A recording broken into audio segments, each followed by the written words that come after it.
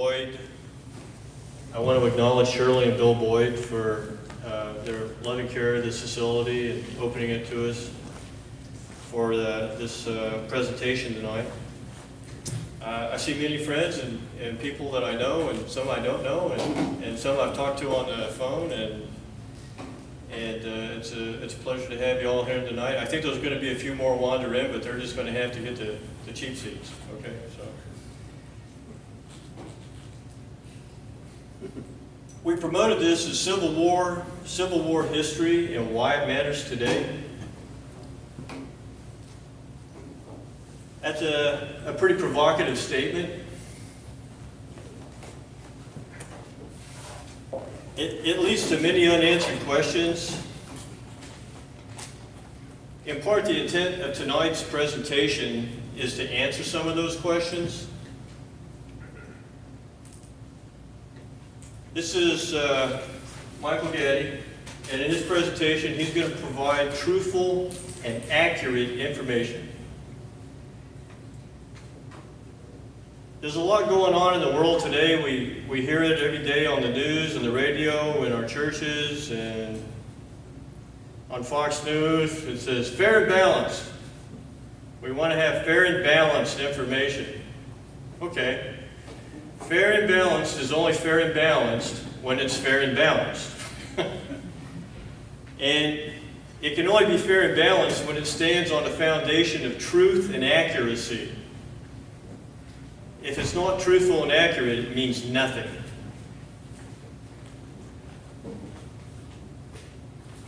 Since we're all gathered here in a common interest of the history of this country, if you would join me in just a moment so we address the Father.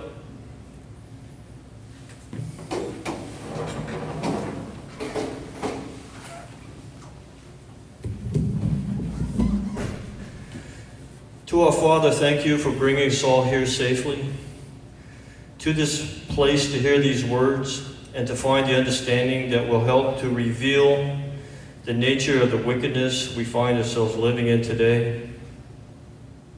In Jesus' name, amen. Amen. And with that, I give you Michael Gaddy.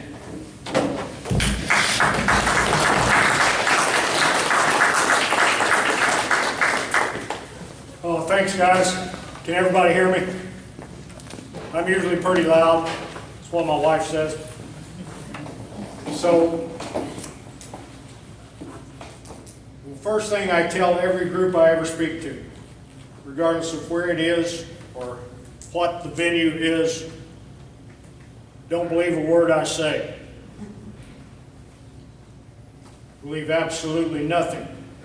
When politicians start telling you that, we've made some advancements. Believe nothing I say. Research everything I tell you. Find it for yourself. Because then you'll remember it. You'll forget what I tell you. But if you look it up for yourself, and I will give my contact information to anyone who would like to have it. If you find something that you want a source for, you let me know and I'll provide it for you. So I don't ask you to believe anything that I tell you. Years ago, I had a very brilliant man give me some of the best advice I have ever had. And I was studying history, and I had a passion for history. Hated it in high school. In high school, the teachers made it about as exciting as watching paint dry. I had a man who told me, do not read a history book expecting to know the truth. Because anybody who writes a history book will put their slant on history. Whether they're paid to put a slant on history or whether they're by idealism they put a slant on history. He said, if you want to know the truth, go to the source documents of this country. Those source documents can be found in the National Archives. I'm surprised they haven't destroyed them. They can be found in the Library of Congress. Tonight the subject is the Civil War, which is a misnomer because it was not a civil war. Because the South cared nothing for the government of the North, they wanted to get away from it. So it was not a civil war. A fellow by the name of Thomas Jonathan Jackson called it our second war for independence. Later he gained the sobriquet Stonewall. So, almost every malady that you find that we're suffering in this country today, almost every one you can find its source in the Civil War. You can find the problem either in the war or in the 12 years after the war known as Reconstruction, which was basically destruction of the principles of our founders. Someone asked me this past week, said, do you celebrate the 4th of July? And I said, well, isn't that kind of like celebrating your ex-wife's birthday?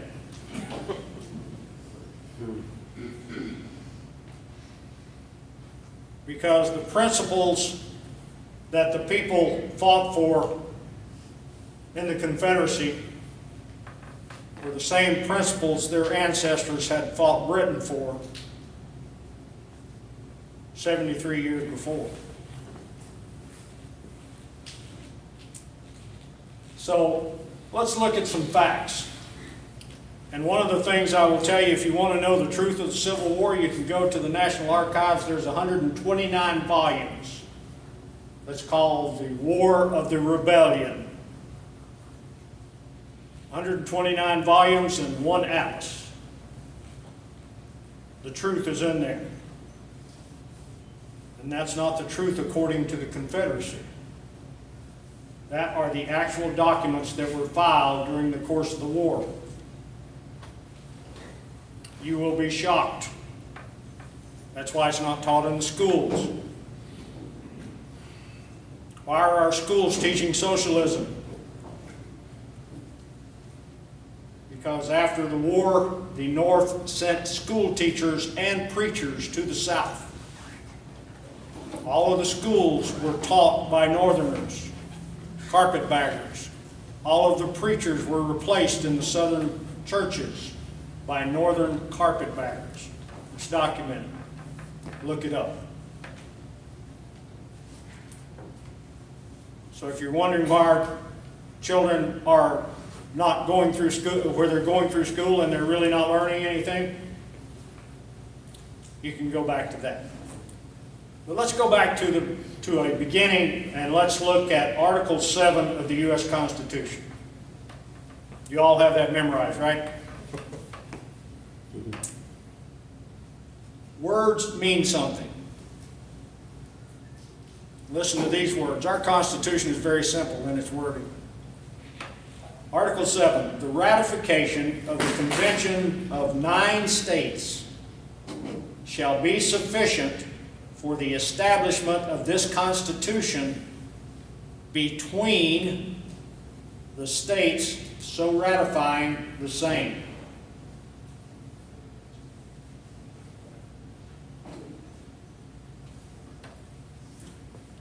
Here's a little scenario for you. Like 5 years later, after 1789, after George Washington becomes president. Imagine, if you will, it's 1794. The Senate is meeting. John Taylor of Caroline from South Carolina is speaking to the Senate, and he says, if we don't do something about this debt, our country will be destroyed. What do you think John Taylor of Caroline would say today if he saw our national debt?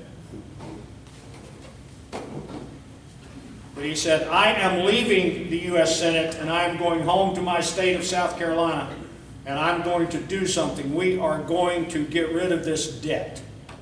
This country cannot operate with this debt. It is impossible. So as he is leaving, Rufus King, who was a delegate from New York to the Constitutional Convention, but he had become a senator from Connecticut, he stops John Taylor of Caroline and he says, "Could I speak to you for a minute? Let's go in this room here for just a minute." And he says, "I wish to speak to you seriously and candidly upon a very important subject." And he said to John Taylor of Caroline, "It is absolutely impossible, utterly impossible, that we can keep this union together." 5 years after it began. We cannot keep this union together because you Southerners keep messing it up. We keep wanting to borrow money. We keep wanting to be a great empire. You guys keep saying no. And in this next election, if you get if two more Federals lose their position in the U.S. Senate, you Southerners will control this Senate. And then we're doomed. You're not going to let us borrow money. You're not going to let us do what we want to do. So let's split this country up right now because it cannot continue. Let's draw a line. You pick the line. That's what he told John Taylor of Caroline. You pick the line. If we go by the Hudson River, it's okay with us. We'll keep our country up here. If you want to go by the Potomac, it's okay with us as long as we separate. So about that time, Oliver Ellsworth walks into the room and he said, King, protesting that he had never mentioned the subject to Ellsworth before, ran over the same ideas. And Ellsworth concurred.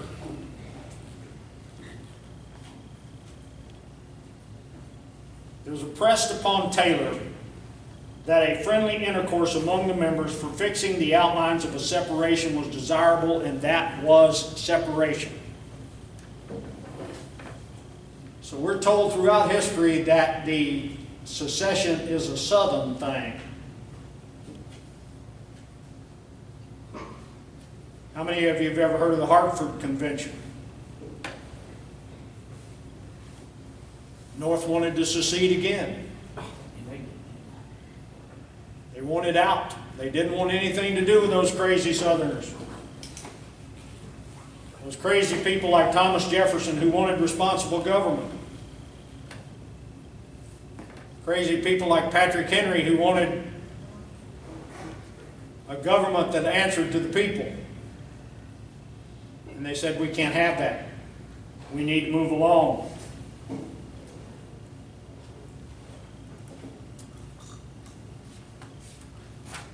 So what was the debt that John Taylor of Caroline was so upset about? What did this country owe? $91 million.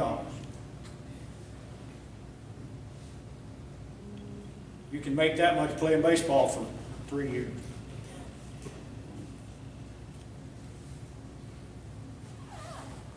That's what the debt was. Of course, back then it meant something, a lot more than it does now, but it's not anywhere near $21 trillion. But it was the fact of the debt. I was thinking as I was driving over and I was looking at all of these fishing boats passing. I said, what would this country be like if Americans cared as much about what they were leaving for their children as they did about entertaining themselves?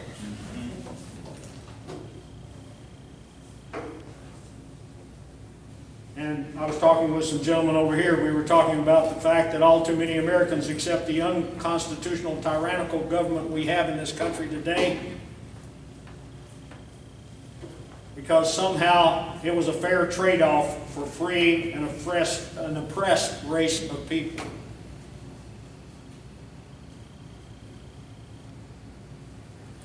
Nothing could be more historically incorrect. I will read you a quote from Thomas Jonathan Stonewall Jackson as he made this comment to his chief of staff, Sandy Pendleton. And he said, and I quote, "Mr. Pendleton, if the Republicans lose their little war, they're voted out in the next election and they return to their homes in New York or Massachusetts or Illinois, fat with their war profits. Mr. Pendleton, if we lose our country, we lose our independence, we lose it all." In a conversation with General John Bell Hood, Stonewall Jackson asked him, said, "Do you think you will survive the war, sir?" And John Bell Hood said, "Yes, I think I will, General, but I think I will be horribly wounded," which was very prescient. He lost an arm and a leg. He said, "But I think I will survive." And he said, "General Jackson, what do you think?" And he said, "No, I do not think I will survive. Neither would I want to, should we not prevail."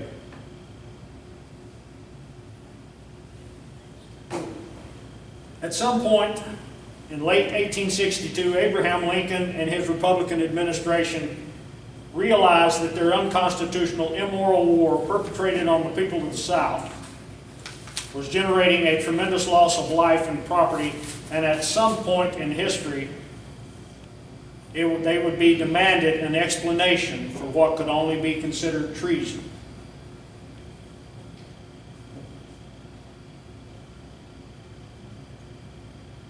Because at no time, absolutely no time, in 1860 or 1861, did anyone in the North, including all of the northern newspapers, say we're going to war to free the black people.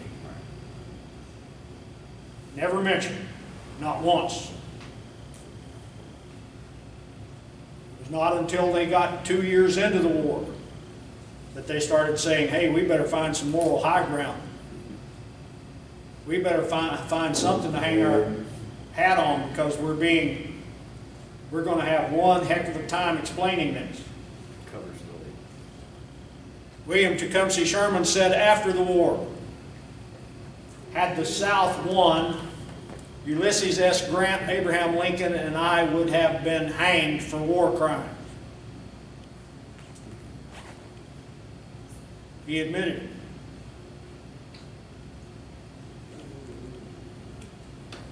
But let's look, how many times have we heard the word treason? Especially recently.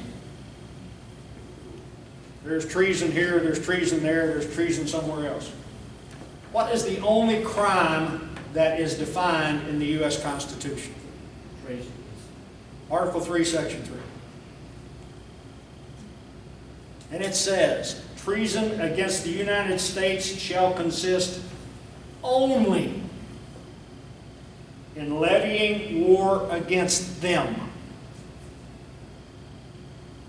meaning the states, or adhering to their enemies, giving them aid and comfort. Treason against the United States shall consist only in levying war against them. So levying war against the states is treason.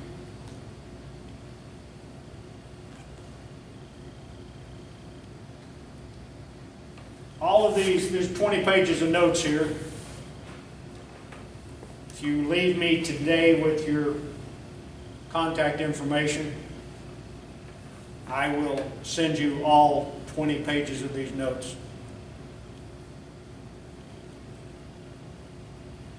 And you can, there's sources in my notes, or you can send me an email and I'll be happy to answer them.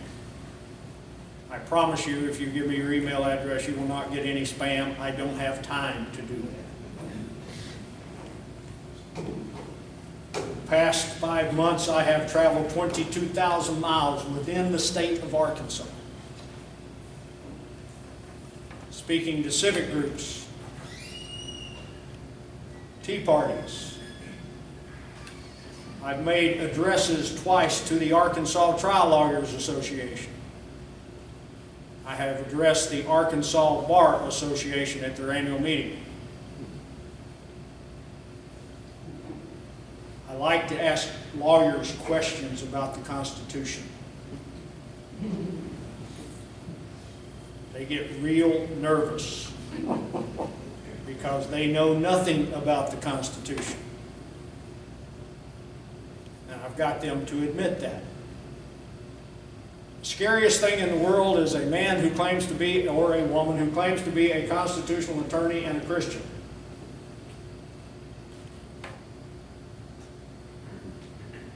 Because I've gotten scores of lawyers to admit over the past 5 months that they never study a word of the Constitution in law school. It's just the supreme law of the land. They study what some clown in a black gown said the Constitution meant. It's kind of funny, I made a presentation in Faulkner County, Arkansas on the 8th of June, and I called them clowns in black gowns, and there was 2 of them in the audience.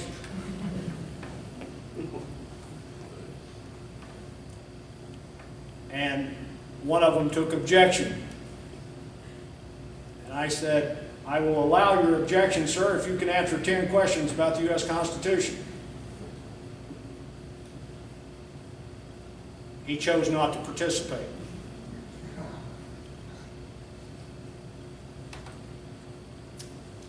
So,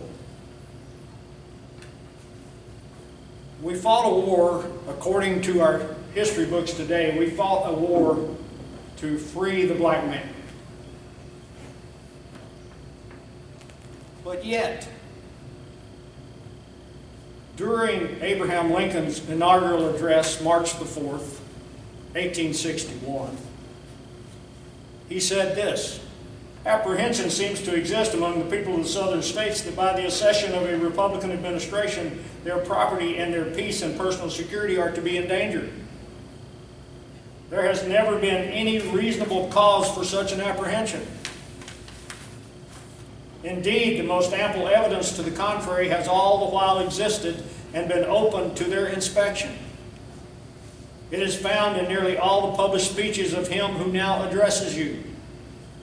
I do but quote from one of those speeches when I declare that I have no purpose, directly or indirectly, to interfere with the institution of slavery in the United States where it exists. I believe I have no lawful right to do so, and I have no inclination to do so. Well, he was right. He had no lawful right to interfere with slavery. The Supreme Court had said it was legal. Next time somebody tells you the Supreme Court knows everything, gets it right, tell them. 1857, you said slavery was legal.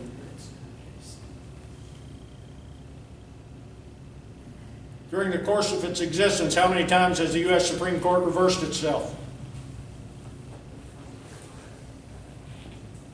327 times.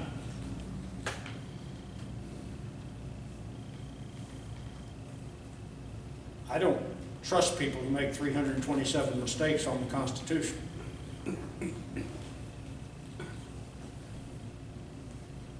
So, which one of those mistakes was constitutional? Which one of their rulings was constitutional? The first one or the second one?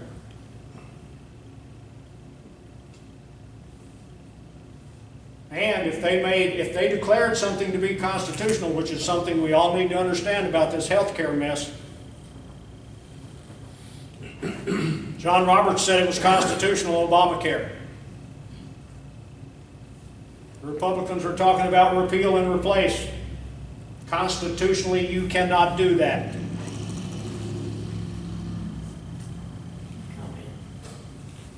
Yes, sir. In this Obamacare, the bill was introduced in the United States Senate. It was then challenged by constitutionality. The Supreme Court then ruled that Obamacare was a tax, which made it unconstitutional because all taxes, all revenue bills have to originate in the House. So it's already unconstitutional. Because if they said it was a tax, they made it unconstitutional with that comment. Except John Roberts said it was not a tax. The rest of them did, but 5-4. But they have said both ways, that it was a tax and it was not a tax. In the document itself, it says it's not a tax. Supreme Court ruled at 5-4. Well, yeah, 5-4, yeah, I know. I think that They is the also question. ruled slavery was legal. I know that too, 1957, Red Scott. So, stop and think for a minute, which one of our founders, and he was a good one. We've got good and bad founders, people. So don't group them together. Because we had some shysters that would make Bill Clinton look little among our original founders. We had some terrible shysters.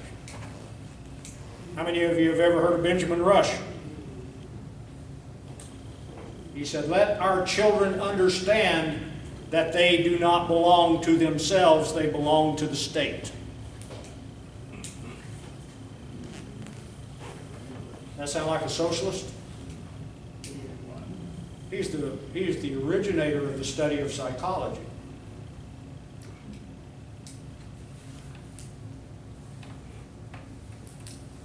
But let me get back to this point. We'll get back to the healthcare thing, but you cannot repeal it without a constitutional amendment.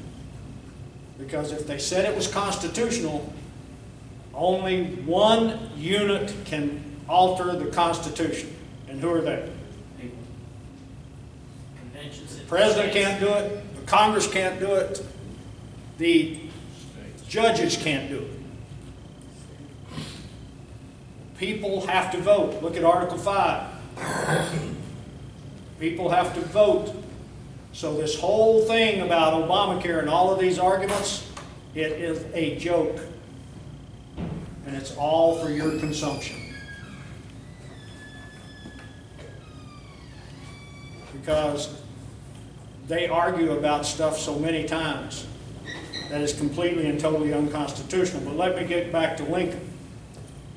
He said this. He says, "Those who nominated and elected me do so with full knowledge that I had made this and many similar declarations, and I have never recanted them." He also said that, of course he lied. Imagine that, a politician lied.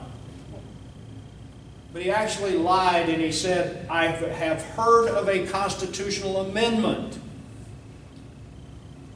Sure he had heard of it. He and Seward put it together. It was called the Corwin Amendment. They got a senator to introduce it. It's called the Corwin Amendment, C-O-R-W-I-N. Corwin Amendment would have made slavery legal in this country in perpetuity and outside of the rule of Congress. Imagine that. So the next time someone tells you that the South seceded to protect slavery, then say, well, if they wanted slavery and that was the only reason they seceded, all they had to do was come back in the Union, because this amendment was already being circulated among the states. It had already been passed by both houses of Congress.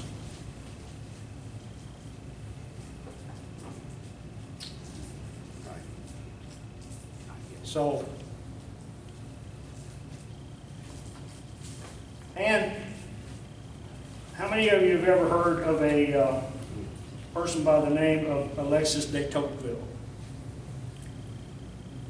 Wrote a book called On Democracy. I'd like to quote something for you from that book, and it says, "Race prejudice seems stronger in those states that have abolished slavery than in those where it still exists. And nowhere is it more intolerant than in those states where slavery was never known. So the Negro in the North is free, but he cannot share the rights, pleasures, labors, griefs, or even the tomb of him whose equal he has been declared. There is nowhere where he can meet him, neither in life nor in death. In the South, where slavery still exists, less trouble is taken to keep the Negro apart. They sometimes share the labors and the pleasures of the white man. People are prepared to mix with them to some extent. Legislation is more harsh against them, but customs are more tolerant and gentle. Both Indiana in 1816 and Illinois in 1818 abolished slavery by their state constitutions, and both followed the Ohio policy of preventing black immigration into their states. Now you folks are free, just don't come anywhere where I live. They required any states who moved into the state to produce legal documents verifying that they were free and posting a bond to guarantee good behavior. The bond requirements were $1,000. In 1818, $1,000 was a fortune.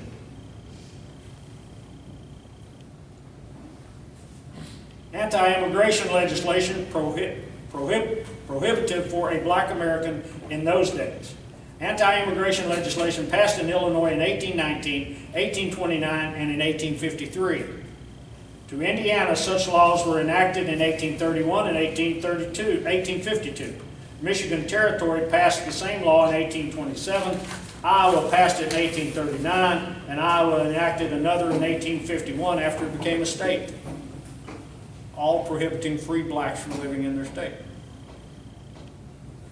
Oregon Territory passed such a law in 1849. Blacks who violated the law in those states faced punishments that included advertisement and sale at public auction.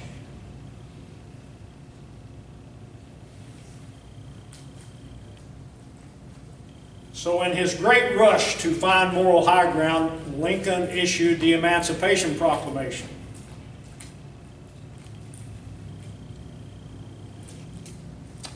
I would like to read you from a quote from the National Archives and Records Administration. Source document. Despite the expansive wording, the Emancipation Proclamation was limited in many ways. It applied only to states that had seceded from the Union, leaving slavery untouched in the loyal border states. It also expressly exempted parts of the Confederacy that had already come under Northern control. Most important, the freedom it promised depended upon Union military victory. Although the Emancipation Proclamation did not end slavery, it captured the hearts and imagination of millions of Americans and fundamentally transferred the character of the war. It's in the National Archive.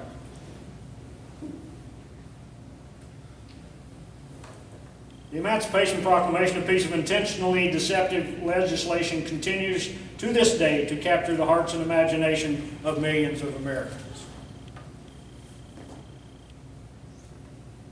But there's trouble brewing.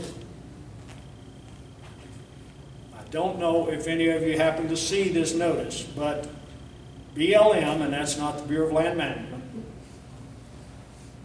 Black Lives Matter of Illinois has found out that Abraham Lincoln was a racist. And they are demanding his face be taken off of our currency.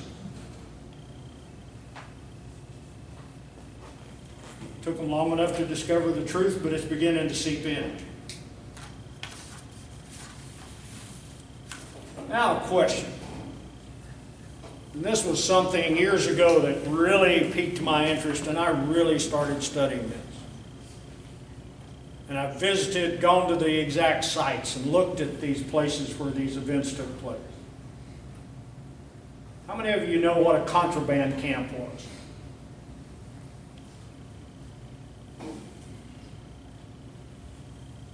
As the Northern Army began to move into certain territories, northern Mississippi was a place, coast of North Carolina was another place, parts of Tennessee were places that the Northern Army moved in. Blacks flocked to the Northern Army because they would be free. But what did the Union Army declare them to be? Contraband. So they put them in camps and refused, even when they were starving to death and they couldn't feed them, and they were dying of disease, they refused to let them go back to the plantation no matter how much they begged. Because the president had said we can't let them go back to the plantations because then that will help feed the Confederate Army, so we can't let them go back. So somewhere in that period of time, in those contraband camps, 12.5% of the black population of the South died.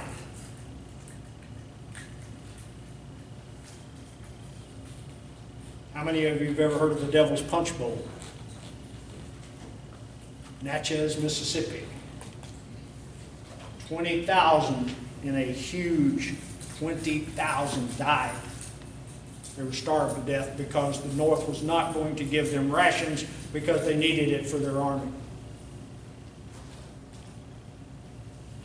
On the coast of North Carolina, they used blacks as slaves to build military fortifications. After several months, the blacks said, but wait a minute, you promised us we would be paid for doing this. We've been doing this for months, we've received nothing. So where's our pay? So the Union Army told them, well, see that ship out there? That ship out there you can see off the coast, all of your money is in that ship. So we're going to row you out there so you can get your money.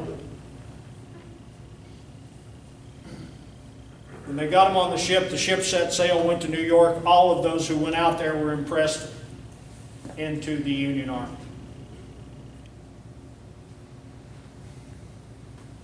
Still weren't paid. I bet you they don't have this in the history books.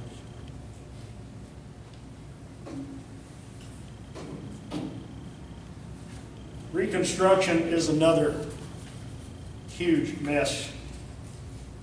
And I went to Helena, Arkansas recently to visit the site of a contraband camp there. So someone who is a math genius, tell me, what's 12.5% of 4 million?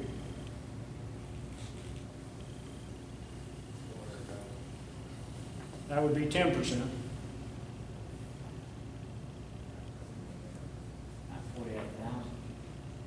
Somewhere between 400,000 and 500,000, would that be accurate? So during the war, somewhere between 400,000 and 500,000 blacks died at the hands of the Union Army.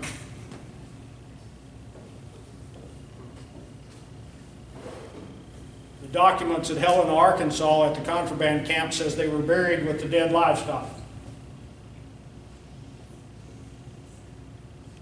And sometimes burned to prevent the spread of disease.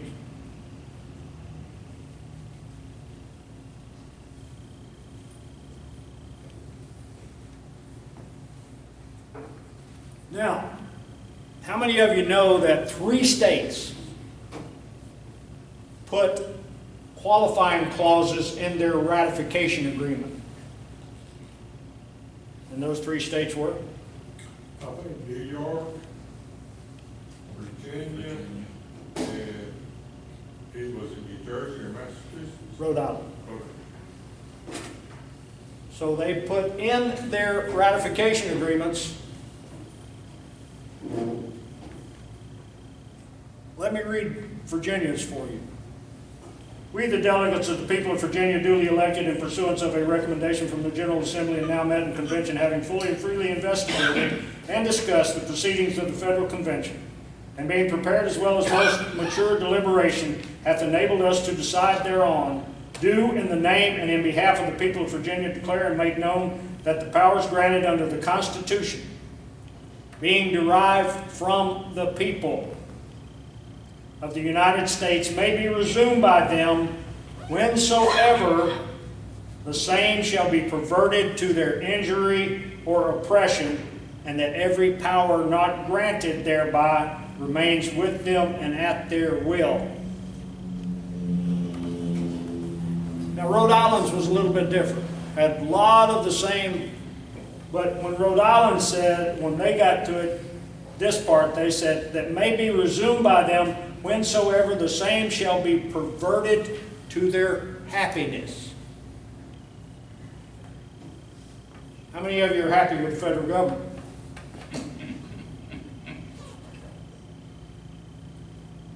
So Rhode Island said if the federal government ever does anything that makes us unhappy, we can leave.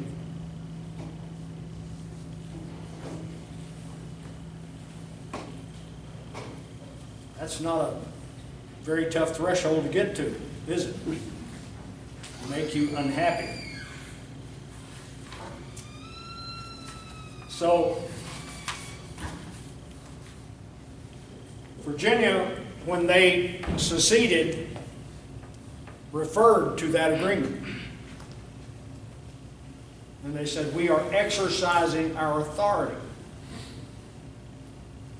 So, we all know what Article 4, Section 2 says, right? Don't look at your book.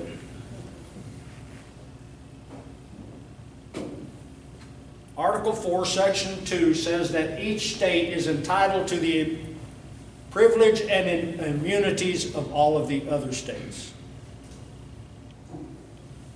So if Virginia, New York, and Rhode Island had this right, they all had this right by the Constitution itself. Check me out. Was I right on 4-2? I think you are. Privilege and immunities. It's short. You can read it for me.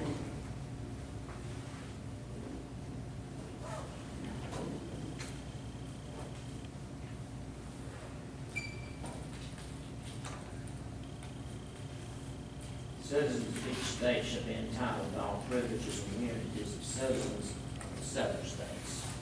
Thank you. So if Virginia had the right to withdraw from their compact or contract with the central government, then so did the other 10 states. How many people know that Missouri seceded? One out of how many? As soon as Missouri seceded, what did Abraham Lincoln do? He invaded them. And Maryland to stop them from voting. Well, he did, and he put the entire Maryland legislature in prison. And they remained there for the duration of the war, including the mayor of Baltimore. So I don't see why, if that was so great for Lincoln, I don't see why Trump doesn't do it today. I'm kidding, of course.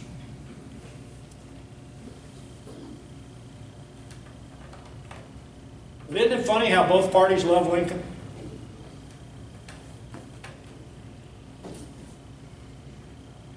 We have a huge monument in Washington, D.C. for the greatest tyrant that ever lived in this country.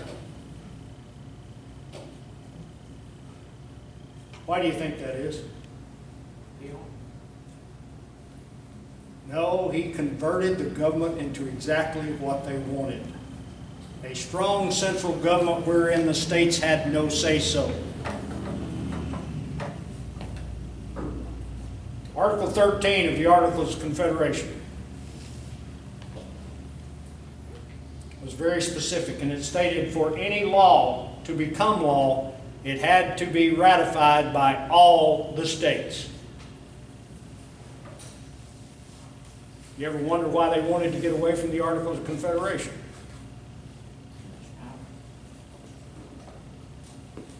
We were talking before, how many of you know that the Constitutional Convention of 1787 was a runaway convention.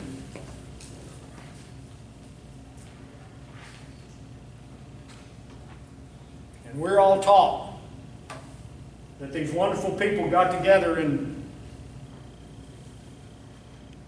Philadelphia in the summer of 1787, and they were all wonderful Christians, and they got a constitution that was inspired by God. Isn't that what they taught us? I've been told that. I was told that in the same school your dad attended.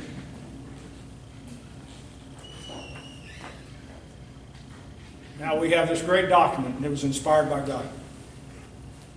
Who did the founding fathers say was the most devout Christian among their group? You can find it in the National Archives. They actually discuss this. Anybody venture any guess? Who was the most devout Christian according to the founders themselves? Madison. Say again? James Madison. Oh my gosh, no. That was the Bill Clinton of the founding era. He was about 5'4", had a real squeaky voice. That's why he didn't introduce the Virginia plan at the Constitutional Convention, because he was a little short guy and he didn't speak very good, so he gave it to John Randolph to read, who was 6'4" and had a booming baritone voice. You think those people weren't aware of what sold and didn't sell? The most devout Christian. Would you believe that the most devout Christian, according to the founders, and they probably knew, that the most devout Christian among our founders absolutely refused to support the U.S. Constitution?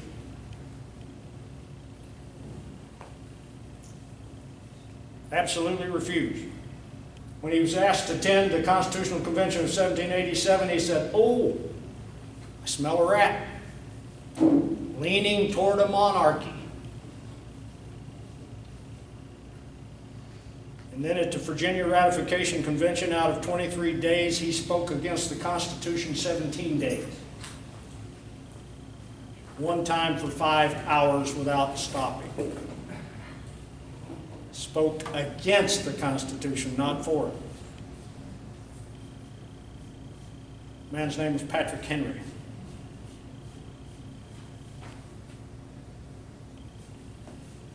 When he made his speech at the Stamp Act, and to oppose the Stamp Act, he started out by saying, Caesar had his Brutus, and Charles II had his Cromwell, and King George III, to which the entire house erupted in treason, treason.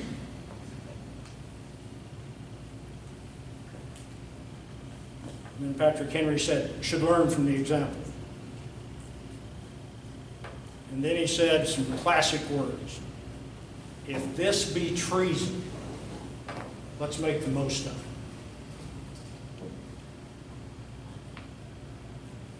I know you've all heard the last sentence of his speech at St. John's Church. Patrick Henry was a powerful speaker.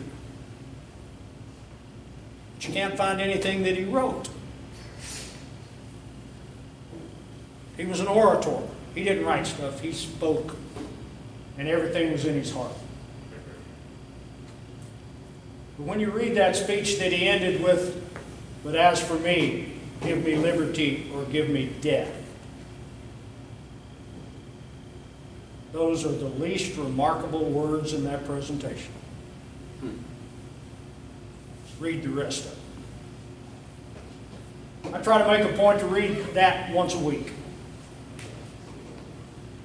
because it is so powerful. I went to St. John's Church doing my due diligence for original documents. Stood in St. John's Church, and there's a space that's marked there where Patrick Henry stood delivering that speech.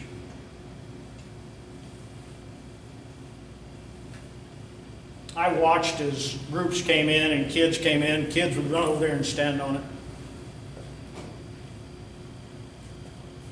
I didn't feel worthy to stand on that spot.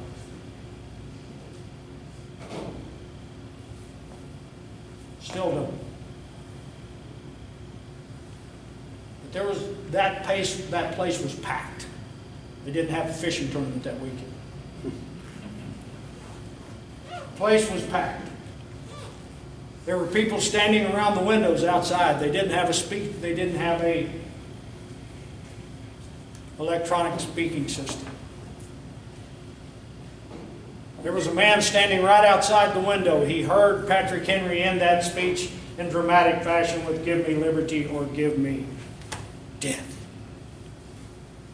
And he turned to his wife and he said, "I want to be buried right here. Right where I'm standing, I want to be buried." If you go to St. John's Church, he's buried right outside that window. Those were people who loved liberty. Liberty was the most important thing in their mind. Patrick Henry said, "Don't let anything ever come near that precious jewel."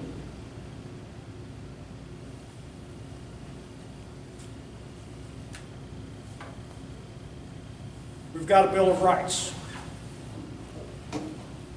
10 of them, right? How many were introduced to the Congress from the states?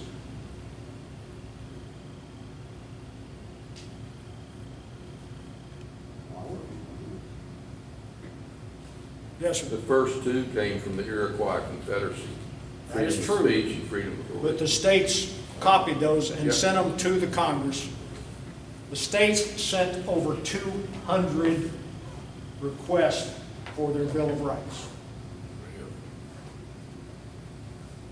One man narrowed them down to 12.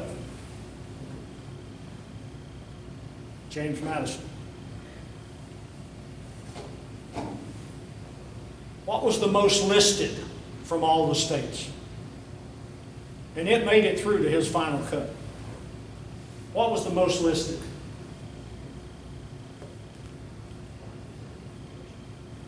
Tenth Amendment. It was the most listed by all the states. All the states did not include a Second Amendment. I know some of us find that hard to believe in the South. Connecticut did not. Did not include a Second Amendment. What is the only amendment that they all issued that was in every one of their packages that came to James Madison?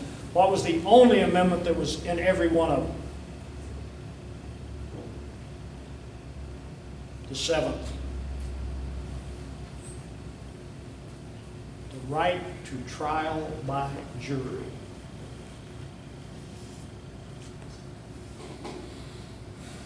Thomas Jefferson said a lot of things. Thomas Jefferson hated judges.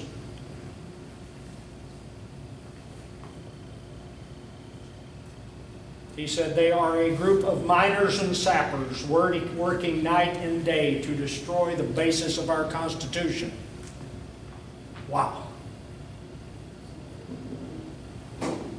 Imagine that. Someone saw it way back then.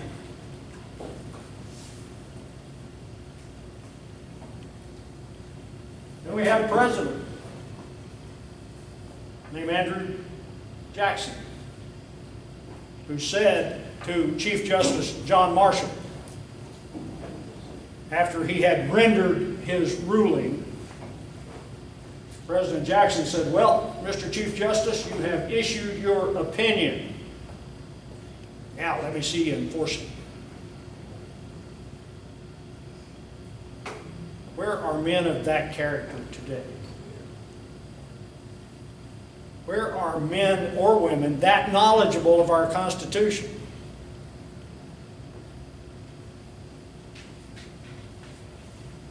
Our Constitution has problems, and they knew it. They purposely left some holes in that thing so they could slip through. They kept deleting a word that Patrick Henry demanded. What could that word have been? States. Real simple word, it's called expressly. They kept putting in, the states kept putting in, we want only the powers expressly delegated to the government. And they kept eliminating it and just putting delegated. And then a few years later, when we had the big blow up between Thomas Jefferson and Alexander Hamilton, we found out why they didn't want expressly put in there. Because Alexander Hamilton said to Thomas Jefferson, there are implied powers in that Constitution. Pardon me for moving. There are implied powers in that Constitution, Mr. Jefferson, you just don't see them. And Jefferson said, where are they? And Hamilton said, read between the lines. To which Jefferson said, I've looked there, and all I see is blank space. What a great discussion. Two brilliant men. Alexander Hamilton was brilliant. But I am a proponent for having a national holiday for Aaron Burr for shooting him. Yeah. He just waited too long.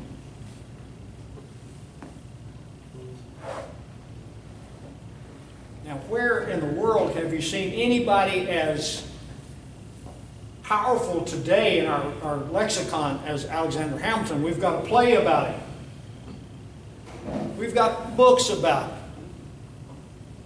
George Will said, you Americans like to quote Jefferson, but you live in Hamilton's world.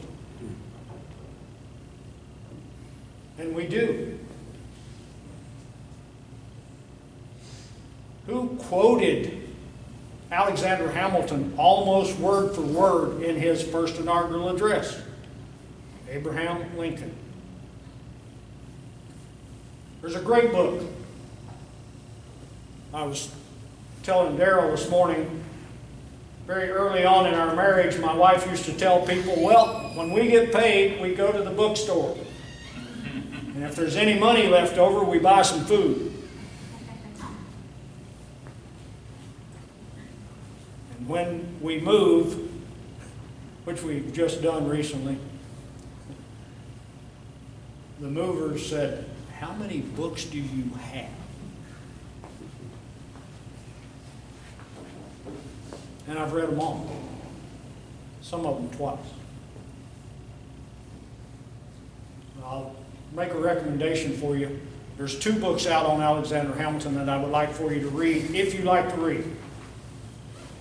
One of them is by Thomas D. Lorenzo, an economics professor at Loyola University, and it's called The Hamilton Curse.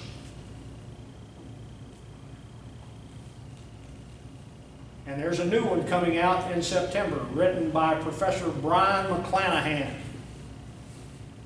And it's, the title of the book is How Hamilton Screwed Up America.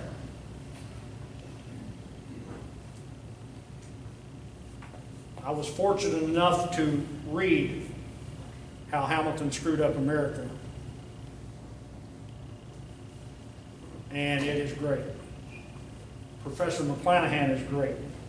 He's one of the few people with letters after his name that has a clue.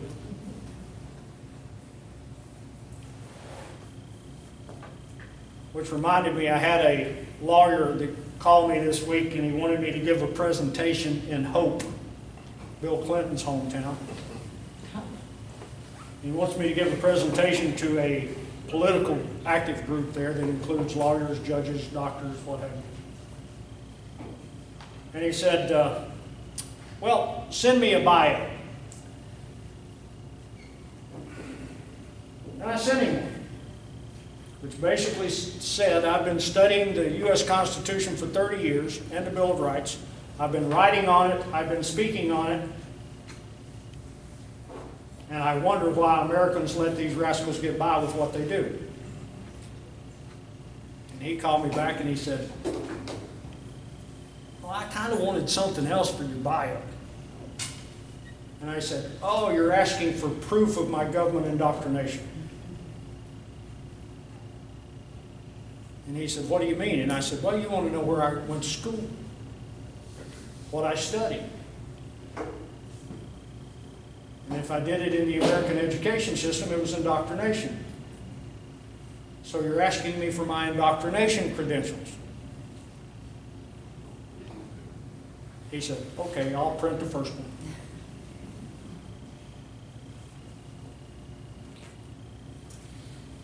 So, how many of you people have ever been called a conspiracy nut?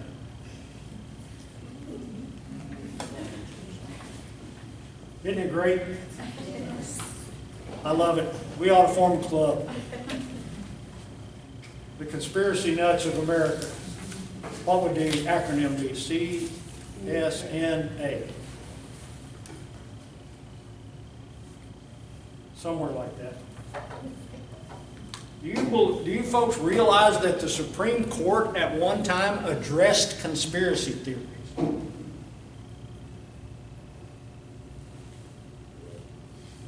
And they got it right. Listen to what they said. Conspirators do not make minutes of their machinations, progress, and objectives. Seldom, therefore, can conspiracy be proved by other than circumstantial evidence. It is only by assembling the results with such evidence as may be of the progress thereof by the participants that the victim can never make a case of conspiracy. If, in the end, there is a completed structure of results, the frame of which has been furnished piecemeal by several different sources, the parts, when brought together, showing adaptation to each other and fitness for the end accomplished, it is at least reasonable to infer concert in both planning and fabrication.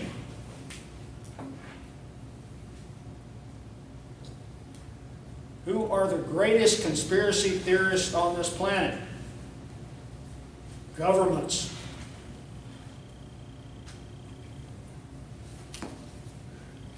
But we believe it. We accept it as gospel somehow. So, there's a couple of things I wanted to ask you. And number one was, one of the things is how many of you, I know some of you who listen to Roger's show heard it because we talked about it. How many of you have ever heard of the hazard circular? Wow. Thought you guys were conspiracy theorists.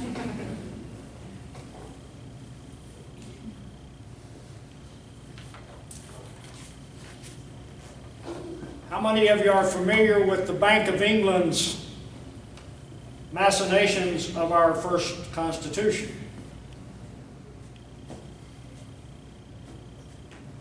Who did they operate through, sir?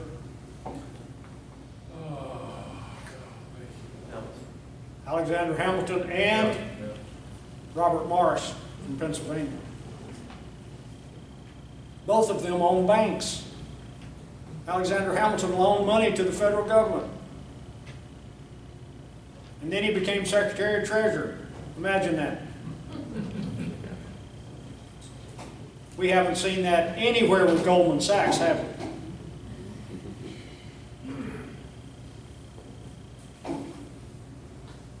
When was the Bank of London founded? I know everybody knows that one. So I'll tell you, it was 1694. And it was founded by a gentleman by the name of William Patterson. And when he founded the Bank of London, or the Bank of England, whichever one you want to call it, one and the same, he said, classic, original document, not hearsay. He said, the bank hath benefit of interest on all monies which it creates out of nothing. 1694.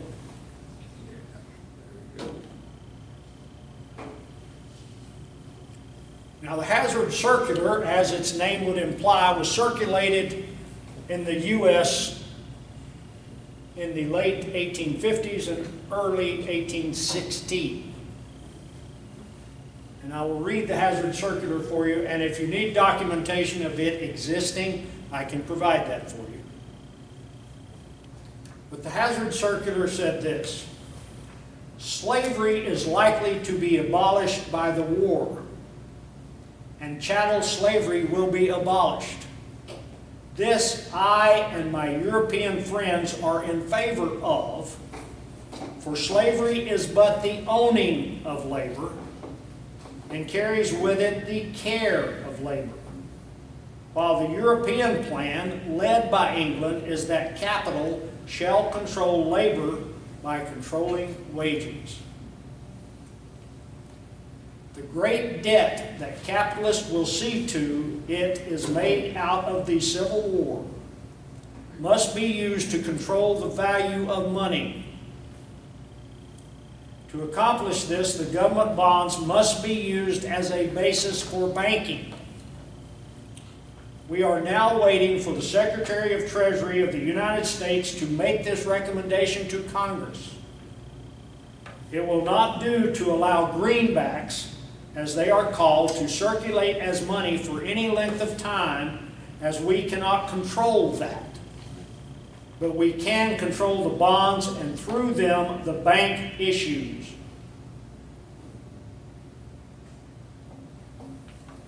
What was the national debt in 1860?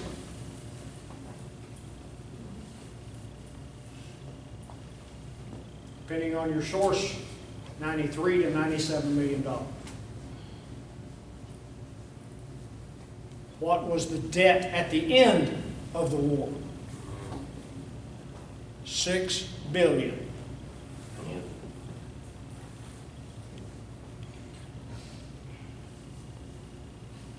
So, these wonderful Republicans came up with, and please, I criticize Republicans a lot because they need to be criticized. The Democrats, I've forgotten about. They're so far to the left, their cars don't turn right. So when a lot of people, when they hear me criticize Republicans, they go, oh, you must be a Democrat. No. No, I'm an American that loves liberty. So the Republicans came up with these great plans. Just as a question for you folks,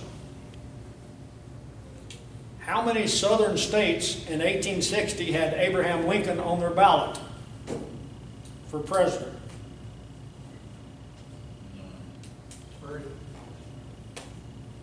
Zero. He wasn't even on the ballot.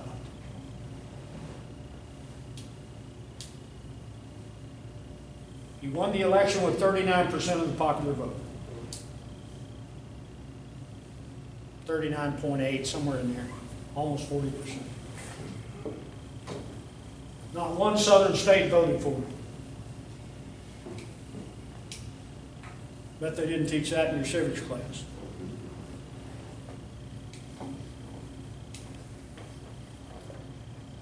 So we can tell from the Hazard Circular that Secretary of the Treasury, Salmon P. Chase, Chase Manhattan Bank, that's where it got its name, was being manipulated or controlled by the banking cabal.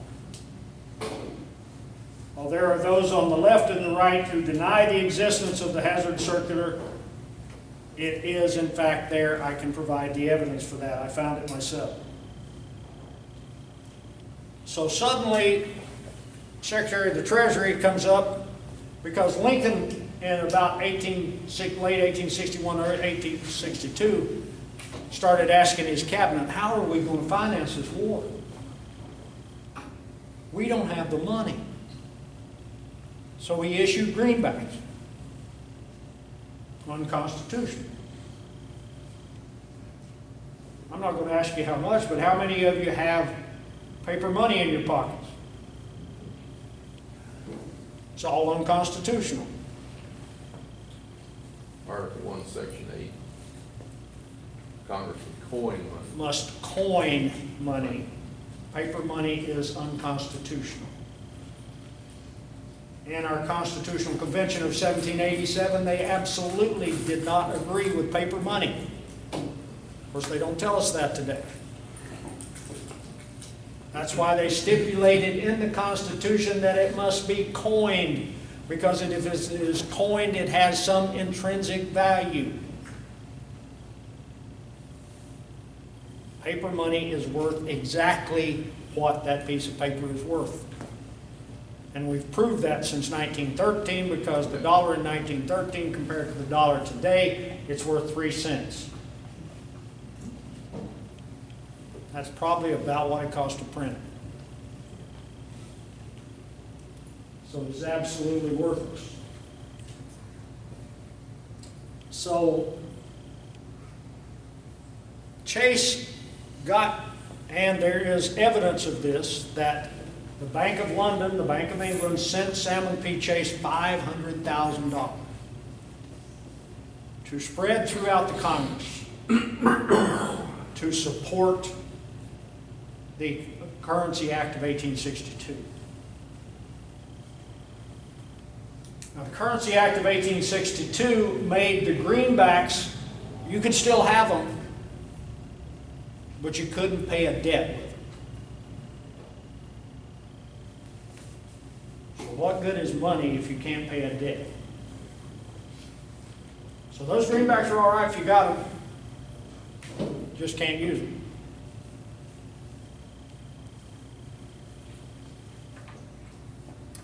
So with the Banking Acts or Currency Acts of 62, 63, and 64,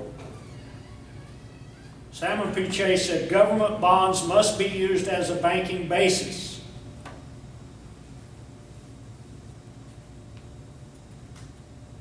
Secretary Chase, realizing the necessity of collecting taxes in order to continue the war of aggression on the people and the property of the South, also with the blessings of Abraham Lincoln, created the Bureau of Internal Revenue, that we call the IRS,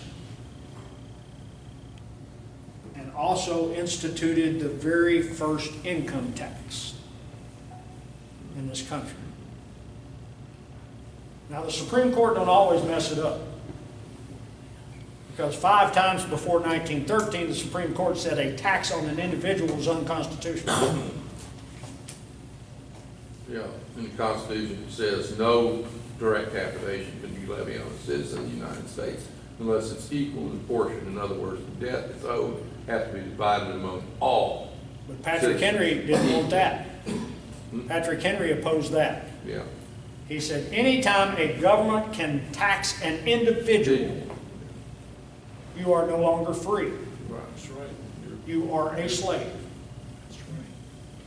He said the way that it's supposed to work is the way that it worked under the Articles of Confederation. The federal government says we need this much money. They send a bill to the states based on apportionment, population. And they sent it to the states, and then it was up to the states to collect.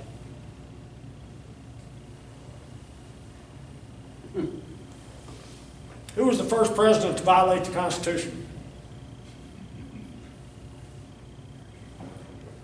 Washington.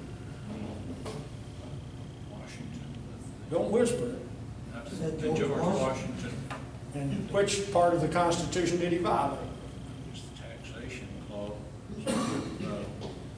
Whiskey tax. Whiskey barrel tax. Article 4, Section 4. Now, Article 4, Section 4 is a pretty inclusive clause. It says that the federal government must guarantee to every state a Republican form of government. That doesn't mean a government run by Republicans. No.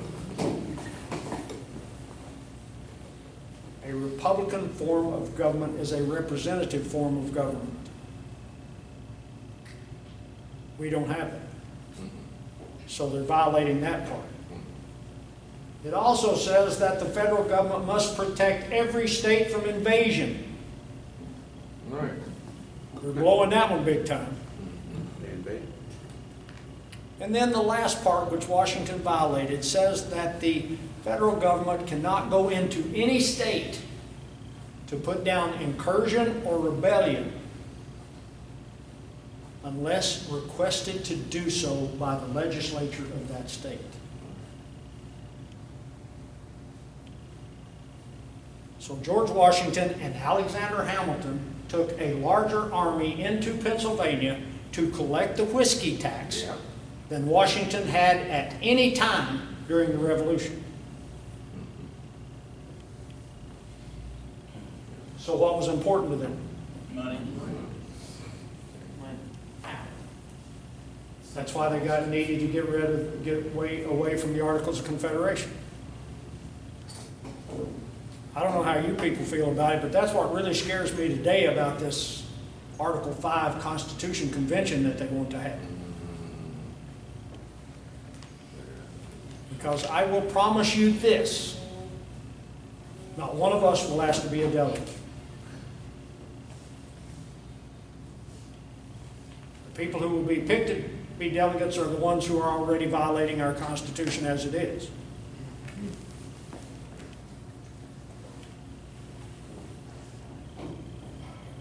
So lo and behold, the war is over, and, well, I forgot to tell you guys in the back, there's going to be a test. Just kidding. So the radical Republicans take over Congress, take over everything. Who assassinated Abraham Lincoln? Who was responsible for his assassination? I believe the Congress was. Booth shot him. Say again, sir? I said Booth shot him, but I think it was the combination of the Bank of England and the England's Republican Party. Well, you know what? History just keeps repeating itself. Who had Abraham Lincoln asked to come in and protect our ports because he thought that England and France were going to support the South? Russia. Nicholas II from Russia. Russia was protecting the ports of New York, Boston, and San Francisco.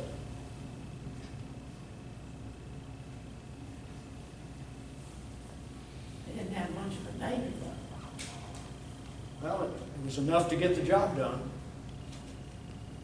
Well, I think too, the proximity of Russia to England and France kind of. So, there is a question here, and I asked this on Roger's show. I brought this up. I think it was new to a lot of people. We've all heard about all of the Confederate monuments being destroyed in New Orleans, right? Yeah. What is the only one that's still standing? The one which no one has even desecrated. Jude P. Benjamin. Benjamin. Judah P. Benjamin owned 186 slaves in 1860, owned a plantation, and had 3 offices in the Confederate government. Secretary of War to start with, then Secretary of State, and then Secretary of the Treasury. And didn't he carry off some gold? I thought he suspected carrying some. Don't tell everybody. That's a secret.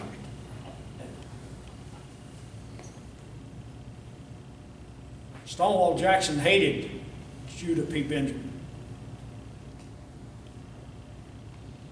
hated him with a passion because he said that Judah P. Benjamin, as Secretary of War, kept the Confederacy from winning the war. Because right after the first major battle, which is called, you called it Bull Run, I called it Yankee Run. Because the Confederate forces whipped the Yankees so bad, they threw down their arms and ran back to Washington, D.C. Along with Congress. Pierre Gustave Toutant Beauregard, his mother must have really not liked him. PGT Beauregard and Stonewall Jackson wanted to pursue them into Washington and end the war. Yeah. Secretary of War said no,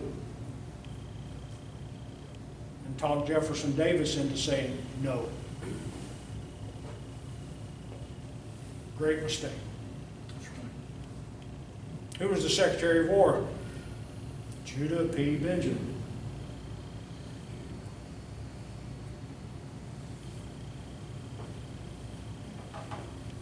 Stonewall Jackson referred to Judah P. Benjamin as President Davis's pet Jew. Right. Yeah. I know I'm stepping on tender ground here with a lot of people, and I understand that. I was brought up a Southern Baptist too.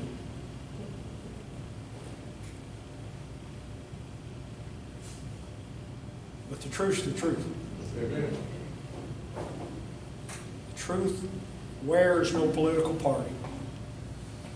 It is a non-respecter of any race of people. And nothing is probably more disliked in this country than truth.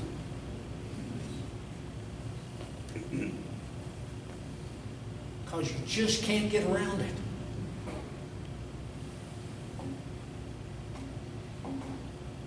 But again, almost every malady that we see in this country today came from the war. And we have the unratified 14th Amendment. How many knew that? Never ratified. 16th, never ratified. 17th, never ratified. Those three amendments are destroying this country. And they were never ratified. The 14th Amendment, Article 4 of the 14th Amendment will really kick you in the backside because it says the validity of the national debt shall never be questioned. So every time, well, we just violated the Constitution today because we talked about the national debt and we questioned it.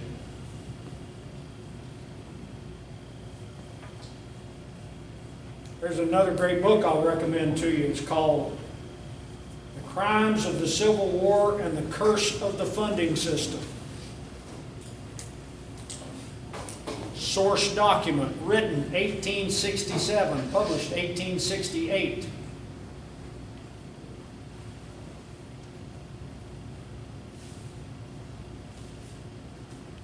Should give that title again. Crimes of the Civil War and the Curse of the Funding System. Written by a judge and a preacher, Henry Clay Dean, from Iowa.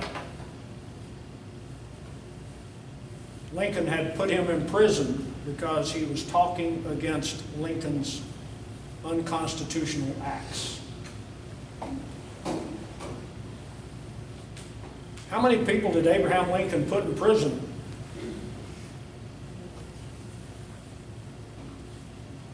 With no trial, no charge. He just had them put in prison. How many? Rough guess? 20,000, Double it. 7. 40,000 people. Or more.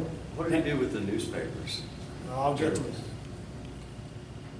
You can find the documentation for that in a book called The American Bastille,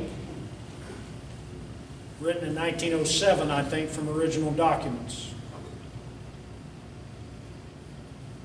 40,000 people put into prison for doing absolutely nothing but questioning the President of the United States. He shut down over 300 newspapers in the North that didn't agree with it. He took a member of Congress who protested his unconstitutional acts on the floor of the U.S. Congress and had him deported to Canada.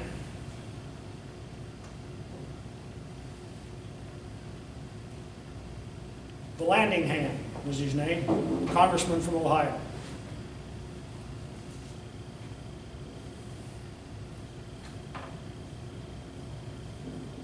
How many of you have ever heard of the Ku Klux Klan? How many of you have ever heard of the Union League?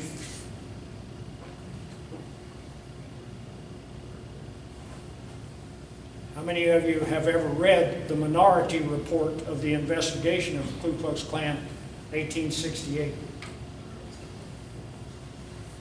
Read it.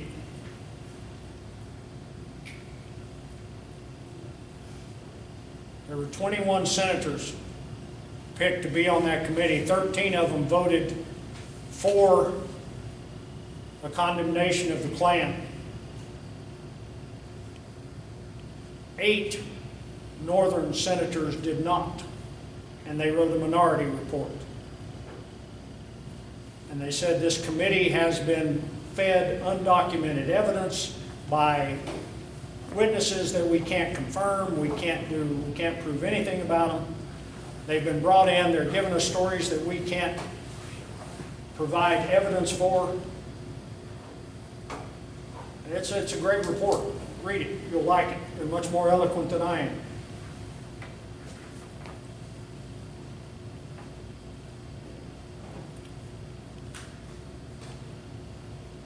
So, today, we have a government that has said that it's okay to kill unborn children.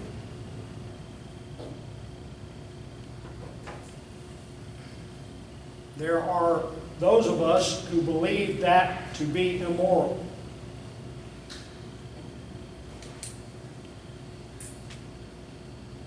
But it's legal. Judicially. What if we perpetrated a war on those who believed that it is good law because it is legal? Can I say something about that? You know, the Jews in Judah went to the Babylonian captivity for 70 years. Idol worship. The idol they worshiped was called Molech. And that particular idol required child sacrifice. They had fires and they would throw kids and babies in there alive, burn them up. And they got 70 years from that. What do you think is going to happen for this abortion business and selling baby parts, etc.? Well, we have succeeded in, we've made Adolf Hitler look like a piker when it comes to taking innocent life. And we have Stalin, who made Hitler look like a piker from the beginning. And Mao Zedong. Well, let's go back to the 20th century. Governments killed over 200 million of their own people in the 20th century. Doesn't count war. So they killed 200 million. You had a comment, sir? Yes, sir. The Vietnam Memorial up in Washington, D.C., that black granite wall with 58,000 names on it, hold the names of the babies that has been slaughtered in this country would have to kill 1,000 times that big. Yes. The graveyard, if you started it, went 3,000 feet across with each patch Montgomery. This area. True. Give you a little bit of sense of what's going on. Well, I'm I'm going to tell you folks a couple of other things, and some of you aren't going to like me for this, and that's okay. Because I judge my effectiveness by the number of people who don't like me. I do not pledge allegiance to this. Amen. I refuse to pledge allegiance to that. I will not. That makes a lot of people angry. I've got a preacher that absolutely hates me because of that. He told me so. How many years were you in the military, Michael? I don't even talk about that anymore. Sorry. But I explained this to someone recently who asked me that question. He said, "Why don't you put that on your bio?" And I said, because I find it hard to embrace something as an attribute that I had to ask God forgiveness for.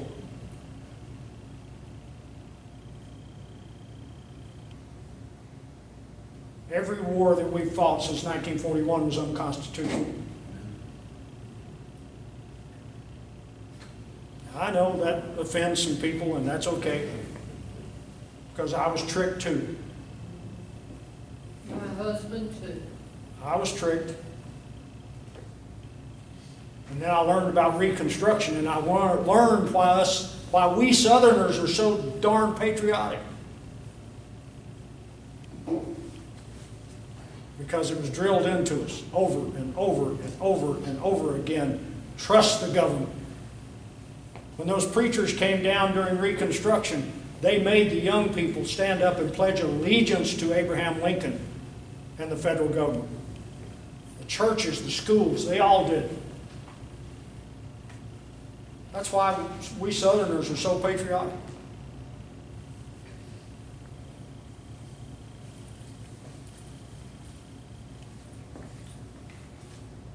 Is that a flag of racism? No. What is the official name of that flag? Battle flag. Battle flag. So, now, St. Andrew. St. Andrew's Cross. St. Andrew's Cross. Who was St. Andrew? He was the quiet one in the boat beside Simon, who later became Peter. Simon Peter's older brother.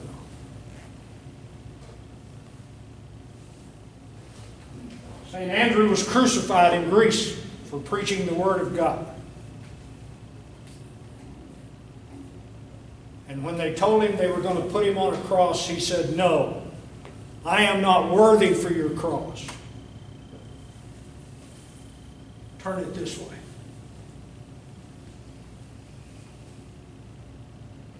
You know, in some ways, I am so glad that the people of this country are ignorant as that chair.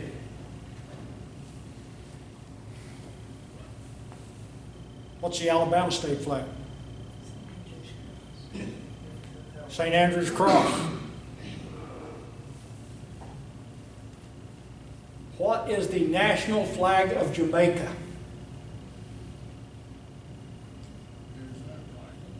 Pardon me? Is that right? St. Andrew's Cross. Jamaica's 94% black. Yeah. They just have different colors. Black, green, and gold. Why did they adopt that flag? Resistance to tyranny. The Jamaicans adopted that flag. You won't see the pictures, but how many of you remember those students standing up to those tanks in Tiananmen Square in '89? What flag were they holding? That one.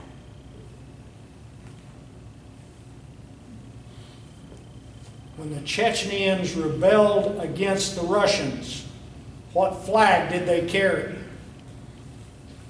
That one. How many of you have ever been to Monticello? On the cemetery gate. Did you look at the cemetery? I was about 15 years old. Do you remember, sir? Did you look at the cemetery? I was 19, I can't remember what I had for breakfast. When I was 19, the only thing I remembered was girls. So, But I did go. At Monticello's graveyard, there is a huge iron work right in the center, a huge medallion. Thomas Jefferson had put on that medallion what Benjamin Franklin wanted to be the motto of the United States. Resistance to tyranny is obedience to God. I had a preacher tell me, he said, I can't find that in the Bible.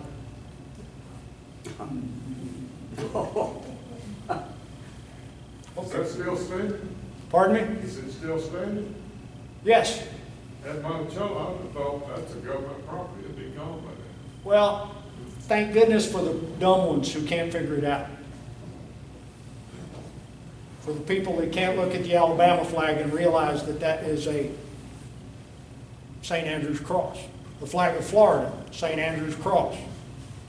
Scott. Scotland especially. The Scots. How many of you ever read a book called Born Fighting? If you wearing that shirt that says Scotland, you better read that book. Born Fighting by former Senator James Webb. My wife read that book and sat one day and she said, "Oh my God." And I said, "What's the matter?" She said, "Now I understand you. I understand why you're so darn stubborn."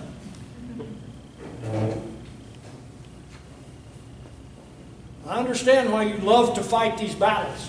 I understand it now. There's another book you should read too, and it's called From Ulster to the Carolinas,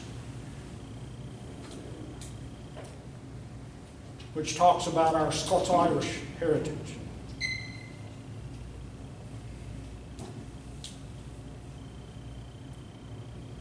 How many people know that 25% of Abraham Lincoln's army were not citizens of the United States? He had at least 8 generals that were not citizens of the United States.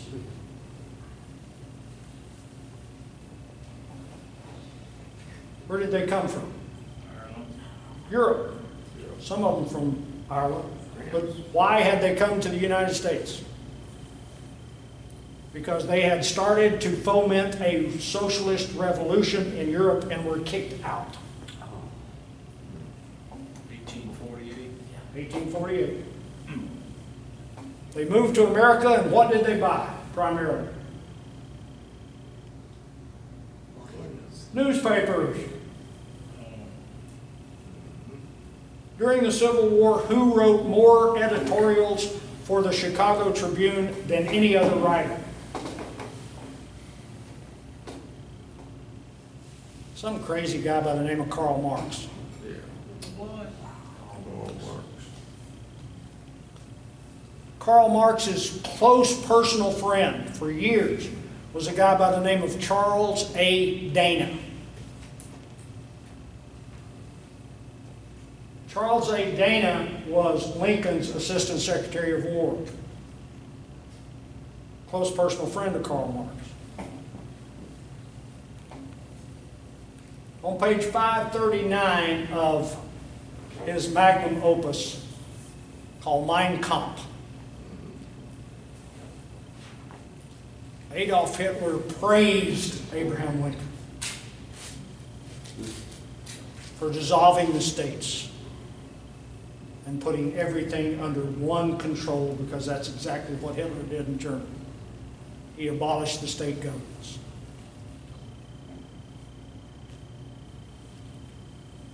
Well, I'm going to tell you folks, this outline that I have here is designed for a 4-hour class. Most of my classes are 4 hours, and I'm sure no one wants to stay here till midnight. So we have like 10 minutes left.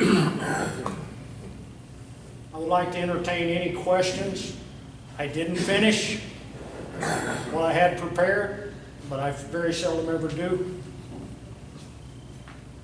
But like I said, I will send all of these notes to anyone. I have a series, free There's no charge. I don't charge anybody for this. I've been asked about that, said, why don't you charge fees? Why don't you sell stuff? And I said, because I've researched my founders, and I haven't found one of them that made money promoting liberty.